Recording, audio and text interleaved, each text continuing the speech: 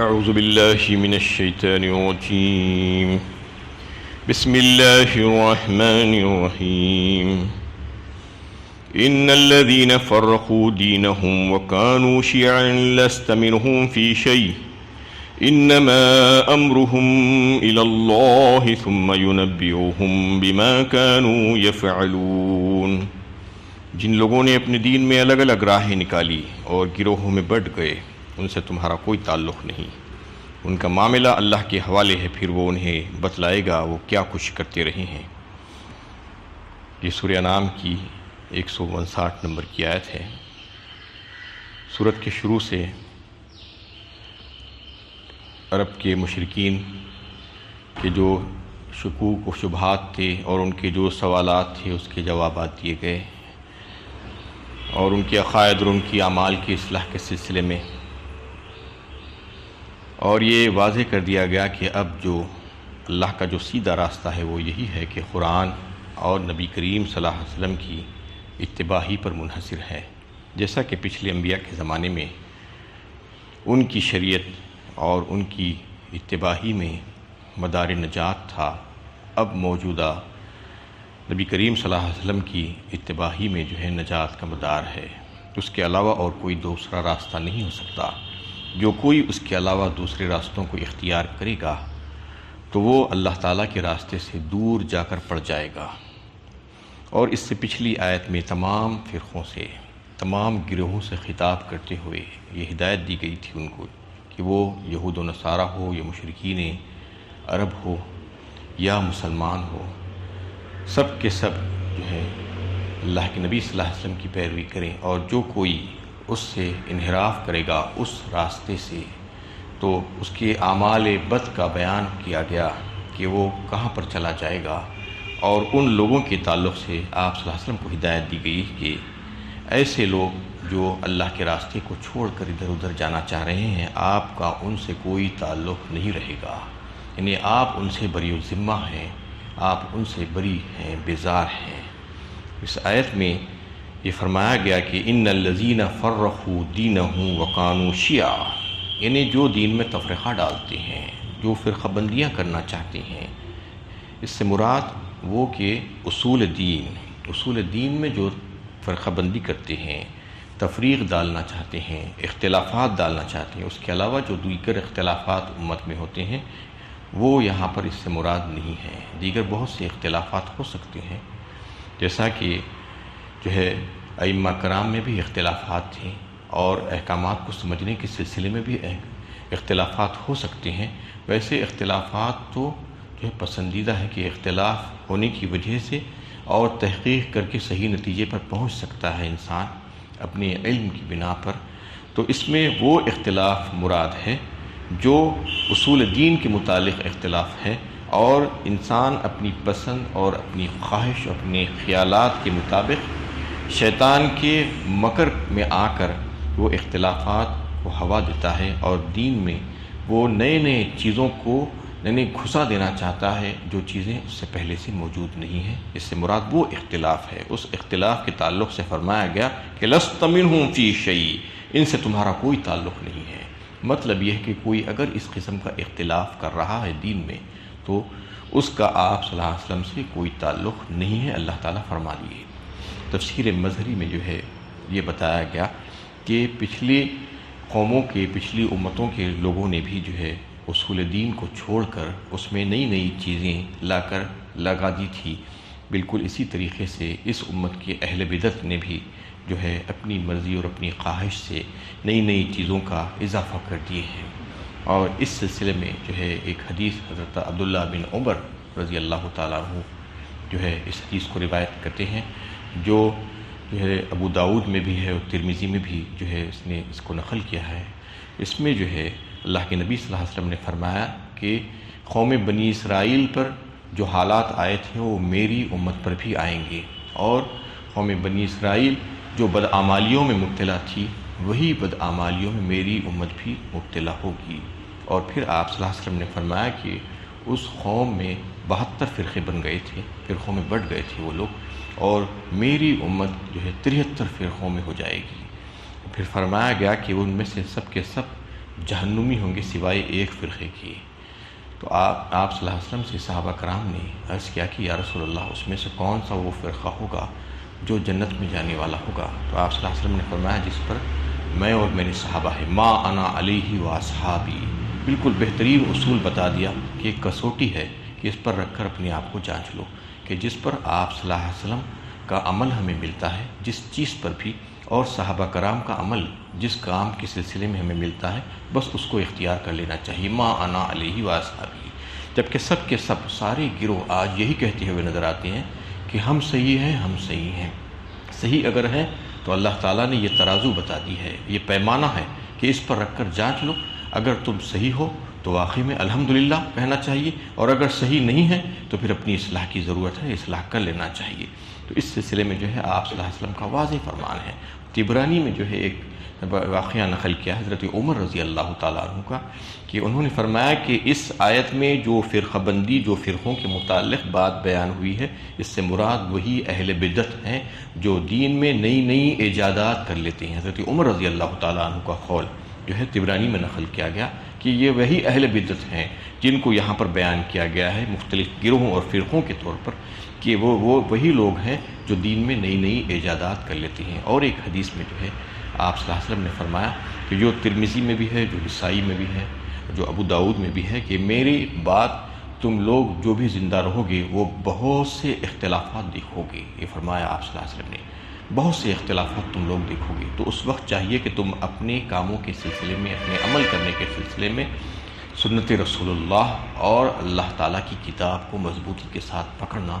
اور میرے خلفائے راشدین کی سنت کو مضبوطی کے ساتھ پکڑ لینا۔ خلفائے راشدین کے جو کام ہیں، جو عمل ہیں، جو احکامات ہیں، وہ کوئی معمولی نہیں ہے، غیر معمولی کام تھے۔ وہ لوگ سنت سے بہت اچھی طریقے سے واقف تھے، آپ صلی اللہ علیہ وسلم کے مزاج کو جانتے تھے۔ تو وہ لوگوں نے بھی اگر کسی چیز کو قائم فرمایا ہے تو اس کے بارے میں بالکل بھی یہ نہیں کہا جا سکتا کہ یہ عمر کی بدعت ہے، یہ فلاں کی بدعت ہے۔ یہ بہت ہی غلط بات ہے، یہ گستاخی ہے۔ تو آپ صلی اللہ علیہ وسلم نے خود فرمایا کہ میرے بعد جو اختلافات پیدا ہوں گے امت میں، اس میں تم میرے طریقے کو اور میرے خلفائے راشدین کے طریقے کو اپنا لو اپنے کاموں کے سلسلے میں۔ جو ہے یہ واضح ہدایت دی گئی، یہ وصیت کرتا ہوں میں یہ کہہ کر آپ صلی اللہ علیہ وسلم نے فرمایا۔ ورنہ جو ہے بدعتوں میں جو ہے گھر جاؤ گے، اگر اس کے علاوہ اور کوئی دوسرا رستہ اختیار کرو گے تو بدعت جو ہے گمراہی ہے، اور گمراہی کا نتیجہ سوائے جہنم کی اور کچھ نہیں ہو سکتا۔ آپ صلی اللہ علیہ وسلم نے اس کو واضح فرمایا۔ اور قرآن کی جو مشکلات تھے اور جو چیزیں جو عام طور پر سمجھ میں نہ آنے والی تھی، اور آپ صلی اللہ علیہ وسلم کا طریقہ کار سنت، اس کو آپ صلی اللہ علیہ وسلم نے اپنے صحابہ کرام کو جو آپ کے بلا واسطے شاگرد تھے ان لوگوں کو سمجھا دیا، اور ان لوگوں کو اپنے قول و عمل سے جو ہے اس کو ظاہر کر کے فرما دیا تھا، سمجھا دیا تھا۔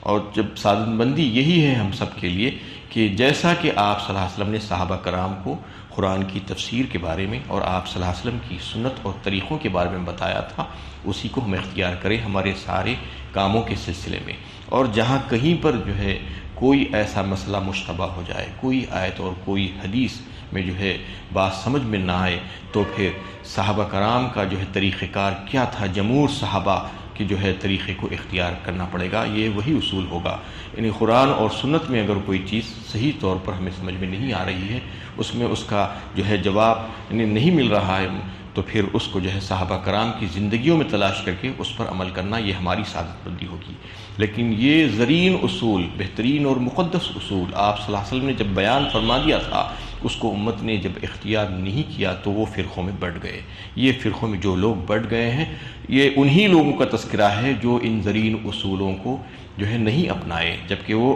زرین اصولوں کو اپنانے کے لیے آپ صلی اللہ علیہ وسلم نے فرمایا تھا کہ میرے بعد جو اختلافات پیدا ہوں گے، وہ اختلافات میں تم جو ہے میری سنت کتاب اللہ کو پکڑنا اور میرے خلفائے راشدین کی سنت کو پکڑنا، اور میں اور میرے صحابہ جس پر ہے اس پر جو ہے رکھ کر جانچنا اور وہ عمل اختیار کرنا۔ اور ساری باتیں آپ صلی اللہ علیہ وسلم نے صحابہ کرام کو سمجھائی تھی، تو تفسیر وہی صحیح اور درست ہوگی جو آپ صلی اللہ علیہ وسلم نے صحابہ کرام کو جو ہے سمجھایا تھا۔ اس کو اگر کوئی اختیار کرے گا تو بھٹکے گا نہیں، گمراہ نہیں ہوگا، ورنہ ایسے ہی فرقوں میں بڑھ جائیں گے اور اختلافات پیدا ہو جائیں گے۔ انہی کے بارے میں جو ہے اس آیت میں بیان کیا گیا ہے اور آپ صلی اللہ علیہ وسلم نے اس سے روکا، فرقہ بندیوں سے، اختلافات سے منع فرمایا سختی کے ساتھ۔ اور ایک حدیث میں تو جو 6 لوگوں پر لعنت فرمائی، اس میں سے ایک یہ بھی ہے جو آپ صلی اللہ علیہ وسلم کی سنت کو جو اختیار نہیں کرے گا، اس پر آپ صلی اللہ علیہ وسلم نے فرمایا کہ لعنت ہے، اللہ کی بھی لعنت ہے اس کے اوپر۔ جو آپ صلی اللہ علیہ وسلم کی سنت کو چھوٹا سمجھ کر، حقیر سمجھ کر چھوڑ دے، جیسا کہ بہت سے لوگ آج یہ کہتے ہیں کہ فرض تو نہیں ہے، واجب تو نہیں ہے، سنت ہے، تو سنت ہے تو اس کو چھوڑ دینا ہے کیا؟ سنت ہی کو تو اختیار کرنا ہے۔ ہم نے عملوں کو اچھا کرنے کے لیے، اس کو خوبصورت بنانے کے لیے، اس کو قابل قبول بنانے کے لیے اللہ کے پاس سنت ہی کو اختیار کرنا پڑے گا۔ اور آپ صلی اللہ علیہ وسلم کے سارے عمل سنت ہی تھے، سنت ہی کہلاتے تھے۔ فرض بھی اور واجب بھی جو آپ نے اختیار کیے تھے وہ سب کے سب سنت ہی تھے، تو سنت کا اہتمام کرنا چاہیے۔ اس میں انہی کی طرف اشارہ کیا گیا ہے کہ جو غفلت ہو رہی ہے آج امت سے، یہی وجہ سے کہ اپنی من مانی زندگی گزارنا چاہتے ہیں اور قرآن کی تشریحات کو بھی اپنی مرضی سے بیان کر دیتے ہیں اور اپنی مرضی سے سمجھنے لگتے ہیں اور اسی پر عمل کرتے ہیں، غلط تعویلات پیش کر دیتے ہیں اس کی،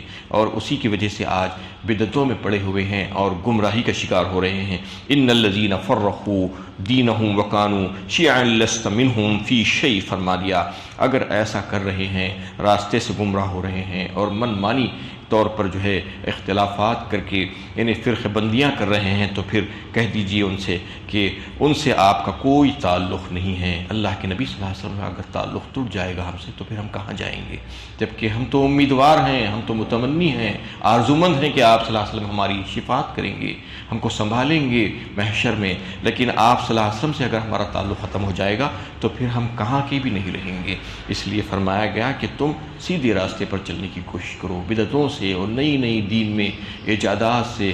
بچنے کی کوشش کرو۔ انما امرهم الی اللہ ثم ینبئهم بما كانوا یفعلون، اور پھر ان کا معاملہ اللہ کے حوالے ہے، پھر وہ انہیں جتلا دے گا۔ اس صورت کے آغاز ہی سے مشرکین کے ساتھ جو بحث چلی آ رہی تھی اس کو چند اصولی باتیں بیان فرما کر ختم کر دیا گیا۔ یہ اصولی باتیں دین کی شاہراہ کو نمایاں کرتی ہے اور ان سے واضح ہوتا ہے کہ دین کیا ہے اور کیا نہیں ہے۔